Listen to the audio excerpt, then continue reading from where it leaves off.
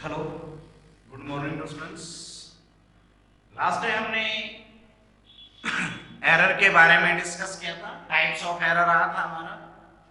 हमने addition, subtraction, multiplication, division, error के case में कैसे आप एक फिजिकल क्वांटिटी में एडिशन, सब्ट्रैक्शन, मल्टीप्लिकेशन और डिवीजन को चेक कर सकते हो। ये चारों केस हमने अराइज किए थे वहां पे और उनकी चारों के लिए पॉसिबल वैल्यू भी डिराइव की थी। बात करें सम के केस में, एडिशन केस में, तो x इज इक्वल क्या लेके चले थे स्टूडेंट हम? a plus A B.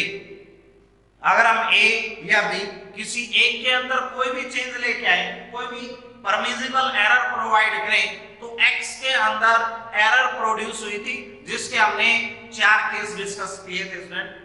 भाई plus minus delta A plus minus delta B की फॉर्म में। तो इसी प्रकार अब हम इन बेसिस के ऊपर कुछ न्यूमेरिकल सोल्व करेंगे। भाई जो एरर अराइज होती है हमारे फिजिकल क्वांटिटी के अंदर, उस बेस के ऊपर कुछ न्यूमेरिकल्स आपके numericals on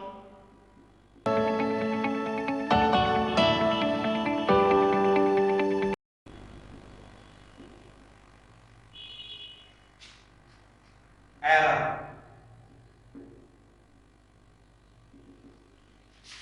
first numerical student हमारा, a physical quantity x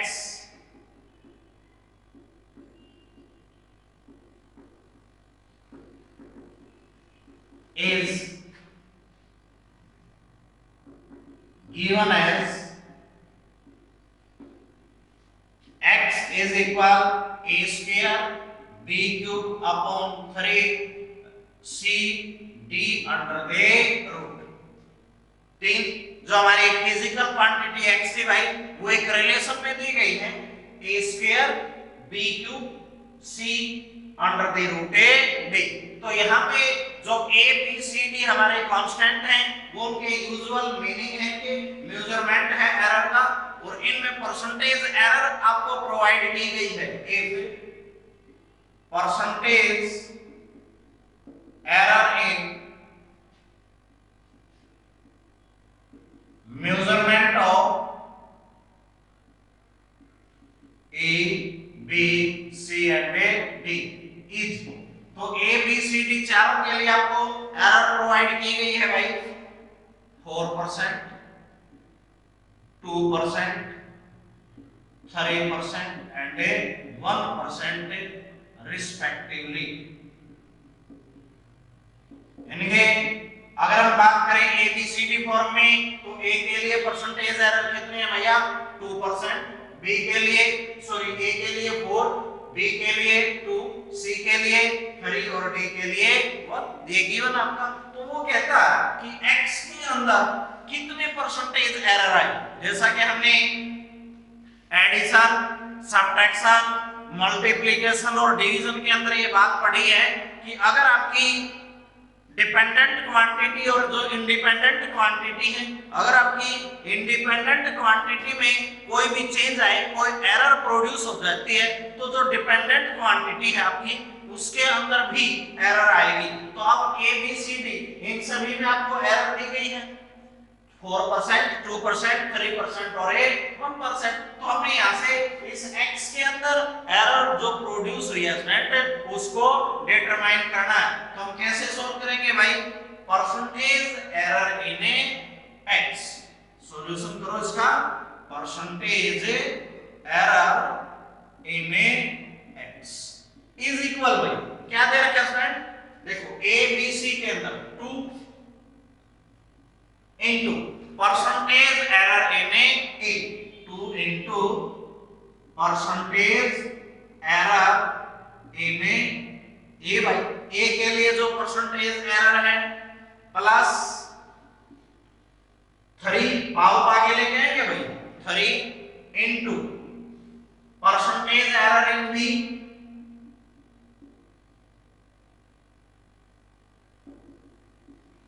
plus C के लिए भैया, अब C की पावर कितनी है स्टूडेंट? 1 है, तो 1 की कोई जरूरत नहीं लिखने की। Percentage error in C plus D under the root form में भाई, तो हमारी 1/2, तो 1/2 into percentage error in D.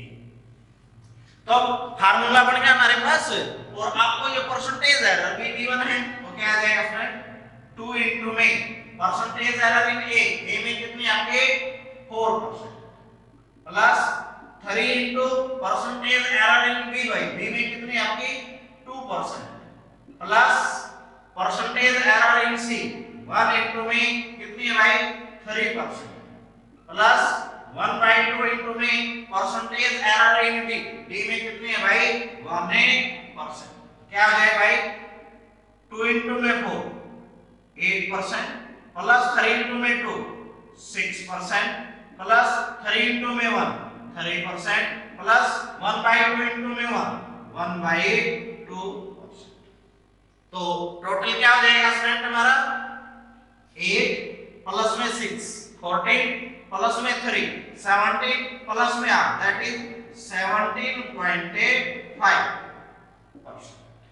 तो जो हमारी एक फिजिकल क्वांटिटी x थी जो a b c और d के ऊपर एक गिवन रिलेशन के अकॉर्डिंग डिपेंड करती है, और उन गिवन क्वांटिटीज के अंदर परसेंटेज एरर आपको दी गई है, तो x के लिए परसेंटेज एरर ये आ जाएगी भैया दैट इज 17.5%। तो इस प्रकार अगर आपका एरर का केस है तो आप उसको चेक कर सकते हो भैया। नेक्स्ट आपका the length of two roads, द length of two roads are given as। दो रोड है भाई हमारे पास, उनकी लेंथ आपको दी गई है L1 दे रखा है भाई आपको 25.2 प्लस माइनस 1% सेंटीमीटर, और L2 दे रखे हैं भाई आपको 16.8 प्लस माइनस 2% सेंटीमीटर। दोनों रोड है आपकी जिनकी लेंथ आपको प्रोवाइड की गई है, तो ये कहता है अगर हम इनको ऐड करके चले what is the find the sum of the length with the limit of a error, find the sum of length of road with in limits। Limits के अंदर चेक करना है भाई हमें, तो क्या आ जाए L1 plus A L2 by L1 plus A L2। तो L1 कितना स्टूडेंट हमारा 25.2 प्लस माइनस 1% प्लस में भाई 16.8 प्लस माइनस 2%। अब जो एग्जैक्ट अमाउंट है भैया उसके साथ एग्जैक्ट वैल्यू ऐड होगी, और जो परसेंटेज एरर है वो उसके साथ ऐड होगी, ये इसके साथ। तो 25.2 प्लस 16.8 तो कितना आ जाएगा स्टूडेंट 0 5 6 12 1 2 3 4, तो 42.0 प्लस माइनस ये कितना हो जाएगा भाई 3%। तो जो एडिशन करेंगे हम जब रोड्स का, तो जो रिजल्ट आएगा वो क्या आ जाएगा फ्रेंड 42.0 प्लस माइनस 3%। इनके जो होल वैल्यू है उसका होल वैल्यू के साथ एडिशन होगा, और जो आपकी परसेंटेज वैल्यू है उसका परसेंटेज वैल्यू के साथ ही एडिशन करेंगे भाई। नेक्स्ट आता आपका, अगर हम एक एक्सपेरिमेंट परफॉर्म करें भाई जिसमें आपको वैल्यू दी गई है, जैसे हम 10 स्टूडेंट अगर लेके चले, उन 10 स्टूडेंट्स ने एक एक्सपेरिमेंट को ऑब्जर्व किया और उसके लिए वैल्यू दी गई है भाई the refractive index of a material is given as the refractive index of a material is a given x। जब हम एक एक्सपेरिमेंट को परफॉर्म कर रहे थे भाई, उस दौरान एक मटेरियल के रिफ्रैक्टिव इंडेक्स को मेजर किया गया, जिसमें आपको डिफरेंट वैल्यू प्रोवाइड की गई भाई।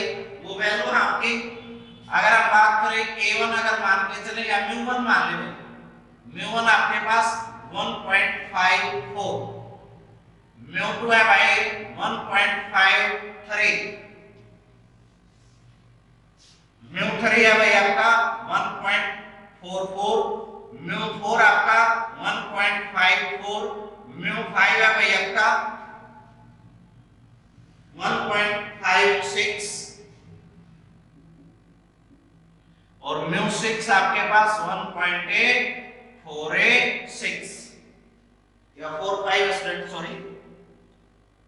तो ये वैल्यू दी गई है भाई आपको, यानी कि आप जैसे रिलेटिव केस में हमने चेक किया था ना, जब हमने एब्सोल्यूट एरर को डिटरमाइन किया था, तो यहाँ पे डिफरेंट वैल्यूज आपको दी गई हैं। जैसे हमने वहां पे a1 a2 up to an तक अज्यूम किया था ना, इसने आपको क्या दे दिया भाई, रिफ्रैक्टिव इंडेक्स है। तो रिफ्रैक्टिव इंडेक्स को किससे मेजर कर दिया हमने, म्यू के द्वारा किया। तो μ1 μ2 μ3 अप टू μ6 दे दिया। तो इसके लिए आपने डिटरमाइन करना है भाई absolute error, mean value. First आपने mean value of refractive index, second by absolute error, third by relative error, fourth by percentage error.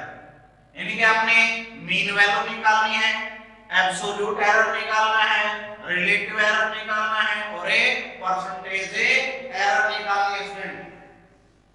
अब जो मीन वैल्यू है स्टूडेंट आपकी वो क्या आ जाएगी, तो फर्स्ट पार्ट चेक करेंगे हम, मीन वैल्यू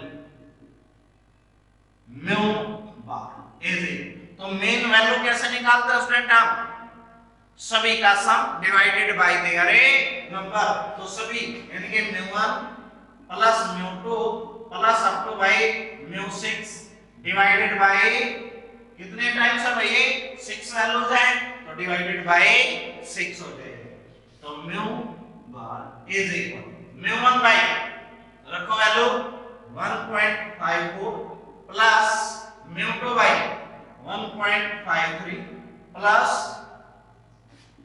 1.44 प्लस 1.54 प्लस 1.56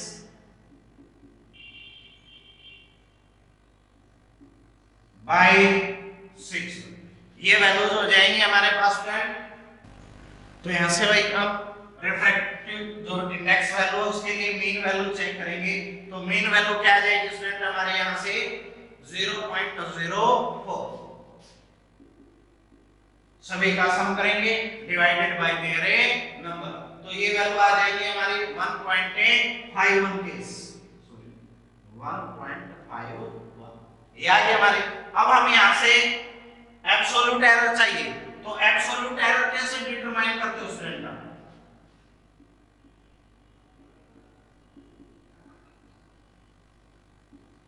तो एब्सोल्यूट एरर के लिए हमें एब्सोल्यूट वैल्यू चाहिए थी डेल्टा μ1। तो डेल्टा μ1 कैसे डिटरमाइन करें स्टूडेंट, आप बताओ शाबाश। जो हमारी मीन वैल्यू आई है म्यू, मीन माइनस में μ1, तो फर्स्ट केस हो जाएगा delta μ2 by is equal mu mean minus में μ2, तो delta μn is equal mu bar minus में μ6 तक वैल्यू आ जाएगी ना। तो यहां से हमारी एब्सोल्यूट वैल्यू आ जाएगी। अब उसका मीन निकाल दो भाई, मीन एब्सोल्यूट कैसे हो जाएगा। फिर हमने क्या चाहिए, रिलेटिव एरर। तो रिलेटिव एरर क्या होती है स्टूडेंट हमारे, it is defined as the ratio of absolute error to its mean value. जो जो एब्सोल्यूट एरर है और उसकी जो मीन वैल्यू थे उन दोनों का रेशो हो जाएगा। और परसेंटेज एरर क्या हो जाएगी भाई मेरे, जो हमारी रिलेटिव एरर आई है इनटू में 100%। बिल्कुल सिंपल सा। देखो जो स्टेटमेंट है वो बहुत लॉन्ग दी गई है इसमें, लेकिन जो हमारे पास फार्मूले हैं उससे जो न्यूमेरिकल है बिल्कुल शॉर्ट हो जाएगा। आपके डायरेक्ट फार्मूले हैं, फार्मूले उसके अंदर इसको पुट करोगे। नेक्स्ट जो आता है हमारा सिग्निफिकेंट फिगर।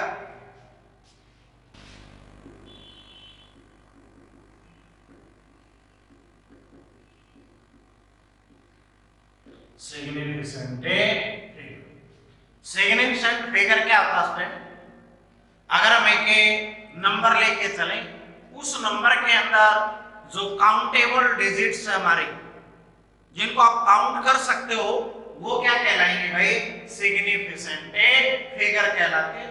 सभी जो नंबर दिए होंगे उन सभी के अंदर आप काउंट नहीं कर पाओगे उनको, तो एक एक्यूरेट वैल्यू जिसको आप जानते हो वो क्या कहलाएगी भाई आपके significant figure. It is a countable value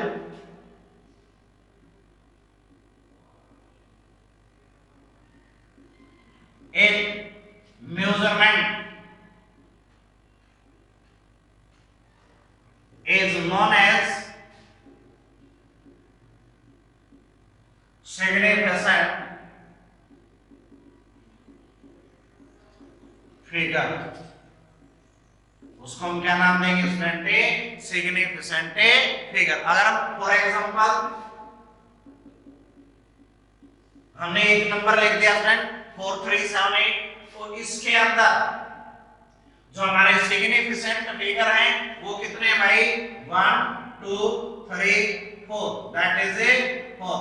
तो इस नंबर के लिए जो हमारे डिजिट हैं जिनको आप काउंट कर सकते हो भाई, जो एक एक्यूरेट वैल्यू आपको बताएंगे मेजरमेंट के लिए, तो वो वैल्यू क्या कहलाएगी, इसके सिग्निफिकेंट फिगर कहलाएगी। तो ये जो चारों डिजिट हमारे, ये इसका सिग्निफिकेंट फिगर होगा स्टूडेंट, यानी कि 4 आ जाएगा। तो अब हम कुछ रूल निकालेंगे, यानी कि एक गिवन नंबर के सभी जो डिजिट है ना वो सिग्निफिकेंट फिगर नहीं कहलाते। तो हम चेक करेंगे भाई किस डिजिट को आप सिग्निफिकेंट फिगर मानोगे, तो उसके लिए कुछ रूल हैं, rules for a significant figure.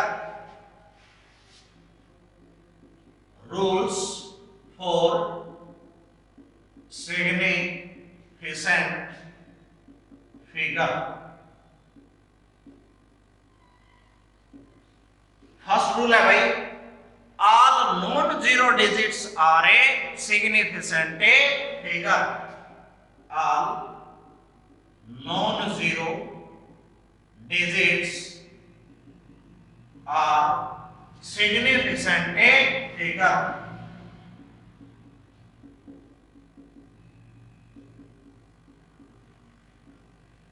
For example क्या लिखा भाई हमने, जितने भी नॉन जीरो डिजिट है उन सभी को आप सिग्निफिकेंट फिगर मानोगे। 98137256 लिख दिया। तो कितने डिजिट है स्टूडेंट इसमें, 1 2 3 4 5 6 7 8, सभी नॉन जीरो है। तो इसके लिए जो हमारा सिग्निफिकेंट फिगर होगा इस नंबर का, वो कितना आएगा भाई, 8 आएगा। यानी कि all non-zero digits are a significant figure। Second rule है भाई, the zero presents between two non-zero digits are also significant figures। all zero present between two non-zero digits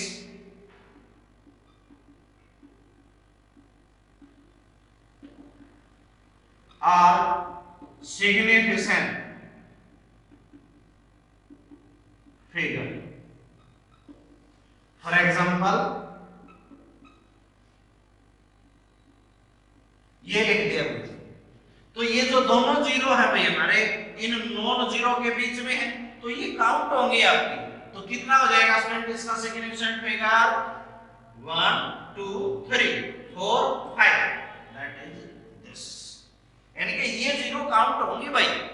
अगर क्योंकि हमने वो रूल चेक करने लगे भाई होगी या नहीं होगी, तो कुछ ऐसे नंबर लिखेंगे अब हम जिनमें वो काउंट नहीं होती।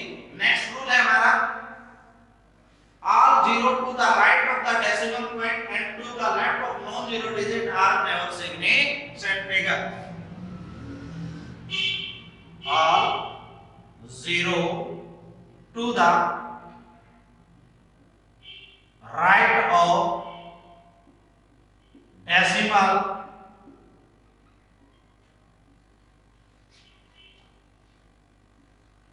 point and left to non-zero digit, यानी कि क्या लिखा भाई हमने ऑल जीरो, वो सभी जीरो जो हमारे किसी सिग्निफिकेंट फिगर के लिए चेक करनी है हमने, एक डेसिमल पॉइंट के तो राइट में हो और नॉन जीरो के लेफ्ट में हो, आर नॉट सिग्निफिकेंट फिगर, वो काउंट नहीं होंगे भाई। फॉर एग्जांपल 0.00374 ये ले लिया भाई हमने। सब ये आ गया हमारा डेसिमल पॉइंट, इस डेसिमल पॉइंट से राइट साइड में ये आ गई, और अब नॉन जीरो डिजिट ये नॉन जीरो हो गया, इसकी लेफ्ट साइड ये होगी, तो ये जो दोनों जीरो है ना ये काउंट नहीं होंगे।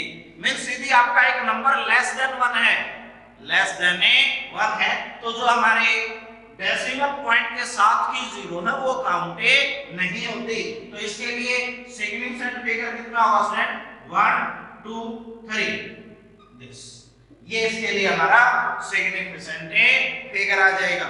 नेक्स्ट रूल है भाई all zero to the right of a decimal point are significant if there are not followed by a non zero digit.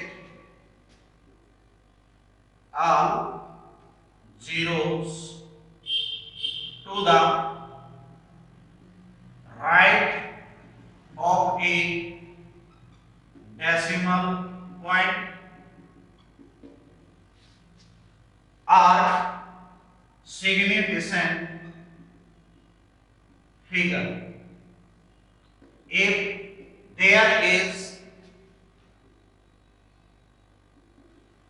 no non-zero digit ending, यानी कि एंडिंग में अगर कोई नॉन जीरो, जैसे अगर हम इसी की बात करें भाई 30.00 ले लिया, तो अब इस डेसिमल पॉइंट के जो राइट में है इसके बाद कोई नॉन जीरो डिजिट नहीं है भैया। अगर नॉन जीरो डिजिट नहीं है तो ये जीरो आपकी काउंट होंगी। तो कितना आएगा इसका सिग्निफिकेंट फिगर भाई 1 2 3 and 4, तो ये इसके लिए सिग्निफिकेंट फिगर हो जाएगा। नेक्स्ट आता है हमारा जो ऑल जीरोज हैं, अगर हमारे डेसिमल पॉइंट के साथ काउंट हुई है, यानी कि अगर हम बात करें यहाँ पे, अगर ये लिख दूं मैं 0.07800, ये लिख दिया भैया नंबर 0.07880। देखो भाई अब ये जो जीरो है ये तो हमारा कौन सा रूल आ गया, थर्ड रूल आ गया। तो थर्ड रूल के अकॉर्डिंग क्या ये काउंट होगी? नो। देखो यहाँ पे हमने काउंट नहीं किया तो ये काउंट नहीं होगी, लेकिन जो नॉन जीरो डिजिट के बाद है, नॉन जीरो डिजिट के बाद तो ये दोनों होगी ना, ये काउंट होगी। तो इसका सिग्निफिकेंट फिगर कितना होगा स्टूडेंट? आल्सो 1 2 3 4, ये इसके लिए सिग्निफिकेंट फिगर आ जाएगा। नेक्स्ट है भाई हमारा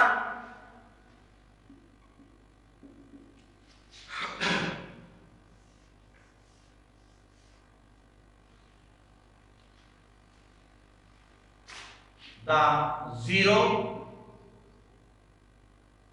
to the end of A number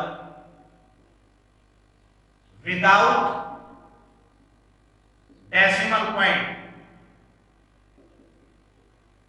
is not significant figure, यानी कि अगर नंबर के अंदर आपके डेसिमल पॉइंट नहीं दिया गया है तो उसकी जो एंडिंग जीरो यानी कि ट्रेलिंग जो जीरो है वो काउंटे नहीं होगी भाई। फॉर एग्जांपल 2020 ये ले लिया भाई हमने, तो इस 2020 केस में कोई भी आपका डेसिमल पॉइंट शो नहीं किया है, तो ये जो ट्रेलिंग जीरो है, ये जो जीरो आपकी ये काउंटे नहीं होगी स्टूडेंट। तो इसके लिए सिग्निफिकेंट फिगर कितना होगा, 2 या 3, क्योंकि ये जीरो काउंट होगी भैया। इस जीरो के ऊपर कौन सा रूल लगेगा आपका, सेकंड, क्योंकि दो नॉन जीरो के बीच में आएगी, तो इसके लिए क्या आ जाएगा आपका सिग्निफिकेंट नंबर 3 आ जाएगा। और जितनी भी मेजर्ड वैल्यू आपकी non zero digit if they come from A measurement और ए काउंट और नॉट स्टूडेंट। अगर हम इसके बाद कोई यूनिट लगा दें भाई, मान लीजिए जैसे ये केस था, अगर ये मेजरमेंट का केस है यानी कि इसके बाद अगर कोई यूनिट लगी हुई है तो ये जीरो काउंटे होगी। If there is a unit then zero will be count, that is for example 20 metre भाई ये लिख दिया मैंने, तो अब ये जीरो काउंट होगी भाई, तो इसका सिग्निफिकेंट फिगर कितना आएगा भाई, 4 आएगा। तो इस प्रकार हमें एक गिवन नंबर के अंदर कितने सिग्निफिकेंट फिगर होंगे स्टूडेंट्स, उसको आप चेक कर सकते हो। तो ये सभी रूल है उसके लिए, to find the significant figure for a given number. अब जो एडिशन है सबट्रैक्शन स्टूडेंट वो सेम आपका जो सिंपल अलजेब्रा के अंदर आप करते हो वही आएगा। और एक राउंडिंग ऑफ सिस्टम चेक करते हैं हम इसके लिए, राउंडिंग ऑफ, राउंड ऑफ का मतलब क्या होता है भाई, राउंडिंग ऑफ, राउंडिंग ऑफ का मीनिंग होता है एक गिवन रिजल्ट के अंदर एक्यूरेसी प्रोवाइड करना। अगर हमारे पास कोई रिजल्ट दिया गया है उसकी आपने एक्यूरेट वैल्यू बतानी है, तो उसको हमें मान लो आपको 2 पॉइंट तक बताना, तो 3 पॉइंट तक वैल्यू को डिटरमाइन करेंगे, फिर उसको हम राउंड ऑफ करेंगे, जो थर्ड डिजिट आएगा हमारा उसको हम राउंड ऑफ करेंगे। तो उसके लिए कुछ रूल होते हैं भैया, रूल चेक करेंगे कि जब आप किसी डिजिट को राउंड ऑफ करोगे तो आपके गिवन रिजल्ट के ऊपर या कि उससे आगे वाले जो नंबर है उसके ऊपर कोई इफेक्ट आएगा या फिर नहीं आएगा। It is used to give accurate result, accurate result provide करने के लिए इसको यूज किया जाता है। रूल्स, रूल है भाई इसके, फर्स्ट है if the, अगर हम राउंडिंग डिजिट, जिस डिजिट को हम राउंड करने लग रहे हैं वो 5 से लेस है, if the rounding digit is less than 5 then the preceding digit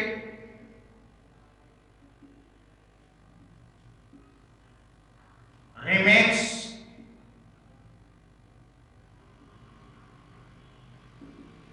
same. जो से प्रीसीडिंग डिजिट स्टूडेंट वो कैसा रहेगा, सेम रहेगा। फॉर एग्जांपल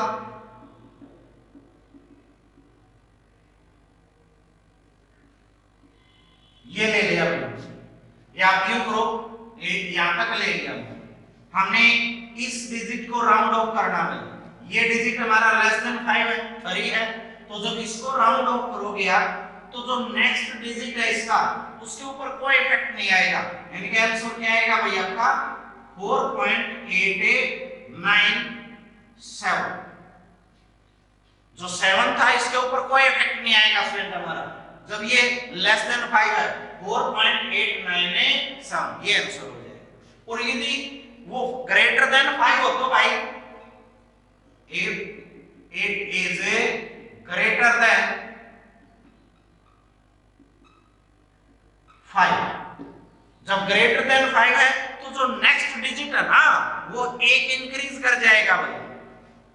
फॉर एग्जांपल अगर हम ये ले 4.897 6 लेके चले, अगर आप 6 लेके चले तो यहां से ग्रेटर देन 5 हो गया स्टूडेंट। जब ग्रेटर देन 5 है तो जो प्रीसीडिंग डिजिट है इसका वो 1 इंक्रीज कर जाएगा। तो रिजल्ट क्या है भाई 4.897 का क्या हो जाएगा 8 हो जाएगा। तो जो रिजल्ट है हमारा वो क्या आएगा भाई 4.898। ये एक्यूरेट वैल्यू प्रोवाइड करता है। अगर ये 5 से लेस था तो एज इट इज आएगा 4.897 कोई चेंज नहीं किया। अगर ये ग्रेटर देन 5 है तो क्या हो जाएगा स्टूडेंट 1 इज ए इंक्रीज, एक नंबर इंक्रीज कर जाएगा भाई। और यदि आपका जो राउंडिंग नंबर है वो 5 हो तो भाई जैसे ये तो हमने दो केस बना दिए स्पेशल भाई लेस और ए ग्रेटर का बना दिया। अगर आपका वो गिवन डिजिट 5 हो तो if the rounding digit is a 5, अगर 5 है तो भैया तो हमें इवन और ए ओड केस में चलेंगे भैया। एग्जांपल लेके चलेंगे in case of even and a odd numbers. तो ये था स्टूडेंट हमारा सिग्निफिकेंट फिगर क्या होता है आपका, उसके रूल आ गई। राउंडिंग ऑफ क्या है, कैसे किसी डिजिट को आप राउंड ऑफ करते हो उसके लिए रूल आ जाएंगे। जो एडिशन है सबट्रैक्शन है हमारा वो सेम जैसा कि अपने सिंपल अलजेब्रा के अंदर करते हो वही आएगा स्टूडेंट हमारा। उसके लिए आप सिग्निफिकेंट फिगर बताओगे addition and a subtraction in significant. जो सिग्निफिकेंट केस है उसमें हमारा एडिशन और ए सबट्रैक्शन को है। अगर मान ले भाई कोई भी एक नंबर आपका एक वैल्यू दे दिया आपको 2.397, बी दे दिया भाई आपको 225.3, तो स्टूडेंट इसका एडिशन जो आपका सिंपल अलजेब्रा है उससे करेंगे हम एडिशन। तो क्या आ जाए भाई 2.397 लिख दिया तो पॉइंट के नीचे पॉइंट लेके आओ, डिजिट आगे पीछे कहीं पे भी जाए पॉइंट के नीचे पॉइंट आना चाहिए आपका। तो 5 2 ये लिख दिया 3 0 0 भाई तो 7 9 3 3 भाई 6 2 5 भाई 7 तो ये आ जाएगा ना। तो इसमें देखो भाई कितने हुए डिजिट आपके 1 2 3 4 5। तो जो रिजल्ट आया हमारा उसके लिए सिग्निफिकेंट फिगर कितना आ जाएगा भाई हमारा 5 आ जाएगा। तो जो एडिशन स्टूडेंट सबट्रैक्शन है उसके लिए आपने पॉइंट का ध्यान रखना है भाई। पॉइंट के नीचे पॉइंट आए जो बाकी के डिजिट आपके आगे पीछे किसी प्लेस तक जा सकते हैं उसका कोई इफेक्ट नहीं आएगा, लेकिन आपने इस चीज को माइंड में रखना कि पॉइंट के नीचे पॉइंट होना चाहिए तभी आप इसको सोल्व कर पाओगे। फिर जो रिजल्ट आता है वो उसके लिए आप सिग्निफिकेंट फिगर बता सकते हैं। तो सिंपल बिल्कुल जो आपका सिंपल अलजेब्रा आप यूज करते हो स्टूडेंट वो आपने यूज करना है इसके अंदर। तो आपने न्यूमेरिकल्स सोल्व करने हैं on the error. Different types of error थे हमारे, absolute error, mean absolute error, percentage error, relative error. फिर हमने जो सिग्निफिकेंट फिगर डिस्कस किया स्टूडेंट उसके लिए रूल क्या क्या है, राउंडिंग ऑफ क्या है। अगर कोई आपको नंबर दिया जाता है तो उस नंबर के लिए आप सिग्निफिकेंट फिगर कैसे बताओगे भाई वो चीजें हम चेक करेंगे। तो आपने प्रैक्टिस करनी है इसके लिए। सिग्निफिकेंट फिगर फाइंड आउट करने के लिए और ये एरर। मोस्टली जो एग्जाम के पॉइंट ऑफ व्यू से क्वेश्चन आता है वो आपका सिग्निफिकेंट फिगर के ऊपर या एरर के ऊपर आता है भैया। आपको कोई डिजिट कोई नंबर प्रोवाइड कर दिया जाएगा, उस नंबर के अंदर how many significant figures are present. जैसे मैं ये लिख दूं भाई 0.0370 लिख दिया हमने, एक नंबर ये लिया, तो इसके अंदर कितने सिग्निफिकेंट फिगर प्रेजेंट है, तो कितने होंगे स्टूडेंट हमारे 3, क्योंकि ये जीरो काउंट नहीं होगी भैया, सिर्फ ये जीरो काउंट होगी 370, तो कितने डिजिट होंगे हमारे इसके 3 आए ना, तो सिग्निफिकेंट फिगर इसके लिए 3 आ जाएगा स्टूडेंट। तो ये चीज आप चेक करके चलोगे भाई। अगर कोई पावर की वैल्यू है आपकी, जैसे मैं ये लिख दूं 48 into में 10 की पावर 6, तो कितने सिग्निफिकेंट फिगर है भाई, ये काउंट होगा इसका नेगेटिव मल्टीप्लियर, यानी कि कितना भाई 2 सिग्निफिकेंट फिगर आ जाएगा इसका। क्योंकि अगर आप ये लिखो 4860 ले तो भी ये काउंट नहीं होनी भाई। रूल क्या आपका, अब अपना रूल बनाया था अब भाई जो ट्रेलिंग जीरोज है हमारे वो काउंट नहीं होते अगर डेसिमल पॉइंट नहीं है तो अब इसमें डेसिमल पॉइंट तो है नहीं, तो इसके पीछे आप कितनी जीरो लेके चलो वो काउंट नहीं होगी भाई। तो सिर्फ क्या रहेगा 48 और 48 में 1 and 2, तो 2 ही डिजिट है। तो डायरेक्ट आप यहां से बताओ जो ये मल्टीप्लियर आपने बनाया है 10 की पावर फॉर्म जो लेके चले उस घंटे ये काउंट नहीं होएगी। तो इसका जो सिग्निफिकेंट फिगर बनेगा वो सिर्फ इस नंबर से चेक होगा भाई 48 से, दैट इज 2 आ जाएगा। तो आपने न्यूमेरिकल सोल्व करने हैं भाई सिग्निफिकेंट फिगर के ऊपर भी और एरर के ऊपर भी। Thank you students.